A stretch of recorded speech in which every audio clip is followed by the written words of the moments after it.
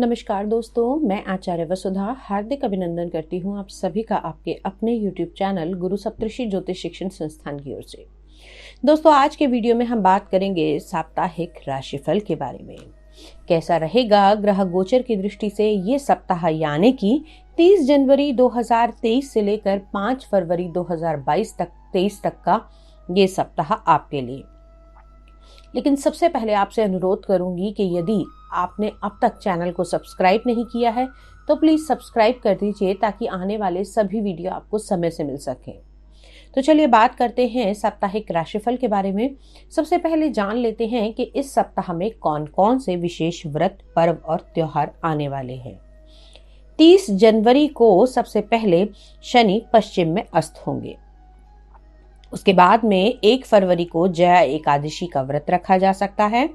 2 फरवरी को भीष्म द्वादशी मनाई जाएगी। 3 फरवरी को जो लोग प्रदोष का व्रत करते हैं वो इस दिन व्रत रख सकते हैं। 5 फरवरी को, जी हाँ, माघ मास का स्नान रहेगा, माघ मास की पूर्णिमा रहेगी। ये तो थे व्रत, पर्व और त्योहार। आइए जानते हैं अब आपके ग्रह गोचर का और आपकी राशि का हाल। तो चलिए अब बात करते हैं कर्क लगन वाले जातकों के लिए कैसा रहने वाला है ये सप्ताह ग्रह गोचर की दृष्टि से। सबसे पहले बात करते हैं ग्रहों की स्थिति के बारे में। कर्क लगन की अगर हम बात करें तो आपके चतुर्थ भाव में अभी केतु का गोचर चल रहा है, बुध का गोचर चल रहा है कुंडली के 6ठे भाव में, सूर्य 7वें भाव में गोचर कर रहे हैं तथा शुक्र और शनि की युति बनी हुई है कुंडली के 8वें भाव में। वहीं देवगुरु बृहस्पति कुंडली के 9वें भाव में गोचर कर रहे हैं। 10वें भाव में राहु का गोचर चल रहा है।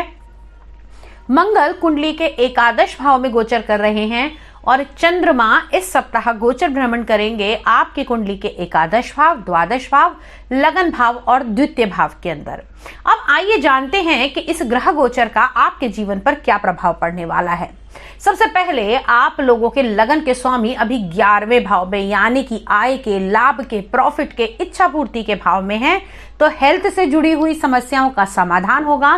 साथ ही साथ आपके मन की जो भी इच्छा अभी बड़े लंबे समय से पूरी नहीं हो पा रही थी, जिसको लेकर आप बहुत ज्यादा टेंशन में थे या आप सोच रहे थे कि किस तरीके से मैं इसको कंप्लीट करूं अपने काम को, तो वो आपका बनता हुआ दिखाई देगा।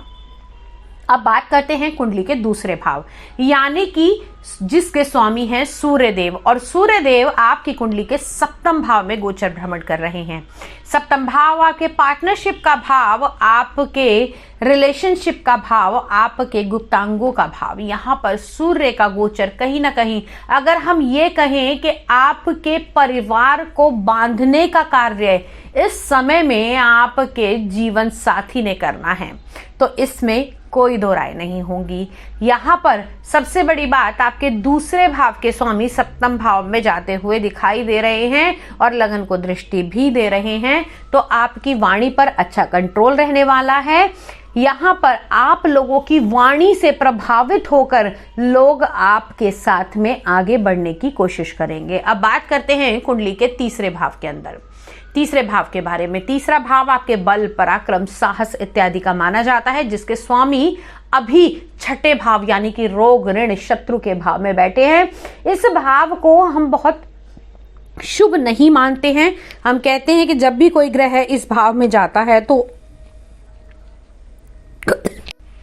अब बात करते हैं कुंडली के चतुर्थ भाव के बारे में। चतुर्थ भाव आपके सुख का स्थान माना जाता है, आप लोगों के वाहन, मकान इत्यादि का स्थान माना जाता है। यहाँ पर केतु का जो ये गोचर चल रहा है ये थोड़ी सी दिक्कतें आपको पैदा कर सकता है। इस समय में आप लोगों के सुखों में थोड़ी कमी आ सकती है। वो कमी कैसे होगी? चीजें आपको मिलेंगी लेकिन रुक रुक कर मिलेंगी। अगर आप बहुत बड़ा मकान खरीदने की सोच रहे हैं तो मकान उससे थोड़ा छोटा मिलेगा, लेकिन मिलेगा। अब बात करते हैं आपकी कुंडली के 5वें भाव के बारे में।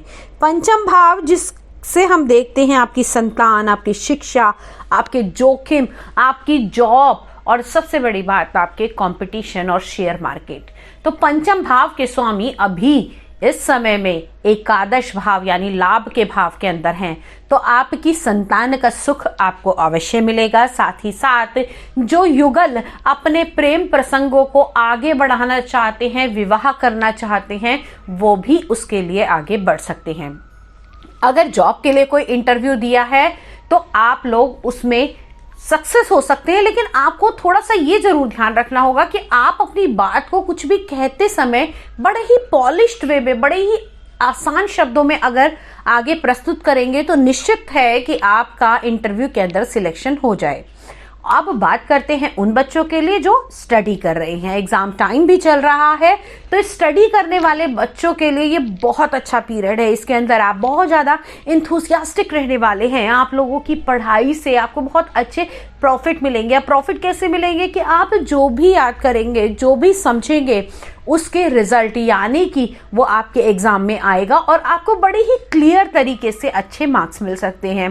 तो आपको फुल कंसंट्रेशन के साथ में अपना काम करने की आवश्यकता है। जो लोग शेयर मार्केट से जुड़े हुए हैं वो भी इस टाइम के अंदर अपना भाग्य आजमा सकते हैं। अब बात करते हैं कुंडली के छठे भाव के बारे में। रोग, ऋण, शत्रु के भाव में देवगुरु बृहस्पति की राशि में यहां पर बुध का आना। अब सबसे बड़ी बात यहां पर अगर हम बात करें तो फाइनेंशियल क्राइसिस यानी कि पैसे का लिक्विडेशन इस समय आपका रुक सकता है। साथ ही साथ अगर मैं ये कहूं कि आपने कोई बड़ा लोन लेने के बारे में सोच रखा था तो अभी हाल फिलहाल के लिए उसको अवॉइड करें, क्योंकि ये लोन लेने के बाद में चुकता करना आपके लिए थोड़ा सा मुश्किल होगा।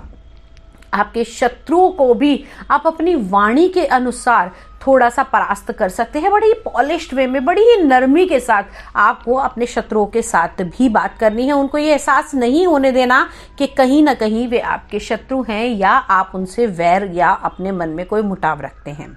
अब बात करते हैं आपकी कुंडली के सप्तम भाव के बारे में, जिसे हम मानते हैं आपके जीवन साथी का, आपके दाम्पत्य का, आपके पार्टनरशिप का, आपके डेली इनकम का, आपके गुप्तांगों का भाव।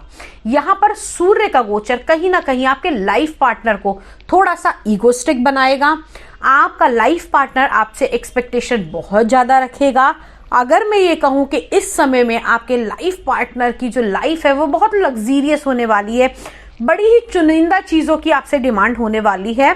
और साथ ही साथ इस समय में कोशिश कीजिएगा कि आप अपनी वाणी के द्वारा, अपने नेचर के द्वारा अपने लाइफ पार्टनर को अपना करीब लेकर आए। अब कुंडली का अष्टम भाव, जहां पर शुक्र और शनि की युति चल रही है। अब शनि अस्त भी हो रहे हैं। तो दोस्तों सबसे बड़ी बात, आप लोगों को इस समय में अपने हेल्थ का बहुत ज्यादा ध्यान रखना है। हेल्थ का भी किसका? जिन लोगों को रीनल प्रॉब्लम है, जिनको शुगर की प्रॉब्लम है या जिनको गुप्तांगों की प्रॉब्लम है, जिन लोगों को अगर आपको ऐसा लगता है कि कहीं हार्ट में वेन्स की प्रॉब्लम है, उन लोगों को थोड़ा अपना ध्यान रखने की आवश्यकता है। पिता पक्ष से आपको बहुत अच्छी उन्नति मिल सकती है और साथ ही साथ पिता और बड़े भाई का सहयोग इस समय निश्चित तौर पर आपको मिलता हुआ दिखाई देगा। आपके रुके हुए काम आगे बन सकते हैं। लेकिन वहीं अगर मैं ये कहूं कि अगर आप अपना खुद का व्यवसाय कर रहे हैं, कोई फैक्ट्री चला रहे हैं, कुछ ऐसा काम करते हैं जहां आपकी स्वयं संस्था है, तो आपको चीजों को बड़ा ही सुंदर तरीके से, बड़ा ही सोच विचार कर आगे करना चाहिए, क्योंकि आपके अभी कर्म स्थान पर राहु का गोचर चल रहा है और राहु भ्रमित करता है। राहु आपको आपके डिसीजन लेने में प्रॉब्लम क्रिएट करता है, लेकिन वहीं ये राहु फटाफट देता भी है। तो कुछ भी ऐसा ना करें जिसमें आपको लगे कि मैं शॉर्ट टर्म में बहुत ही ऊंचाइयों को पा सकता हूं। धीरे धीरे करें, सोच समझ कर करें। और खास तौर से अगर आप जॉब करते हैं और जॉब चेंज करने की सोच रहे हैं तो थोड़ा सा भैया रुक जाना। जॉब अभी चेंज करने की परिस्थितियां आपकी नहीं हैं। ओवरऑल ये सप्ताह आपके लिए शुभ रहने वाला है। स्वास्थ्य की दृष्टि से भी बहुत सारी समस्याओं का आपको समाधान मिलता हुआ दिखाई देगा। लेकिन फिर भी जो लोग शुगर के और कोल्ड कफ के मरीज हैं, जिनको प्रॉब्लम रहती है, अक्सर एलर्जी रहती है, उन लोगों को थोड़ा सा ध्यान रखने की आवश्यकता है। लकी कलर इस सप्ताह आप लोगों के लिए रहने वाला है येलो कलर और लकी नंबर आप लोगों के लिए रहेगा नंबर 4। दोस्तों आज के राशिफल में इतना ही। अगले सप्ताह आपसे फिर से मुलाकात करूंगी, लेकिन उससे पहले आपको बता दूं कि यदि व्यक्तिगत रूप से आप लोग अपनी कुंडली का विश्लेषण कराना चाहते हैं, हमसे कोई समस्या के बारे में निदान पाना चाहते हैं, या फिर हमारी टैरो कार्ड रीडिंग देखना चाहते हैं या करवाना चाहते हैं, तो साथ ही साथ आप इंस्टाग्राम चैनल पर हमसे जुड़ सकते हैं, कपूर वसुधा, और आप लोग हमें मैसेज करके भी अपनी समस्या का समाधान पा सकते हैं। Astrology, tarot card reading, numerology सीखने के लिए भी आप लोग हमें संपर्क कर सकते हैं। आज के वीडियो में इतना ही। अगले वीडियो में आपसे फिर से मुलाकात करूंगी। तब तक के लिए जय मां भगवती।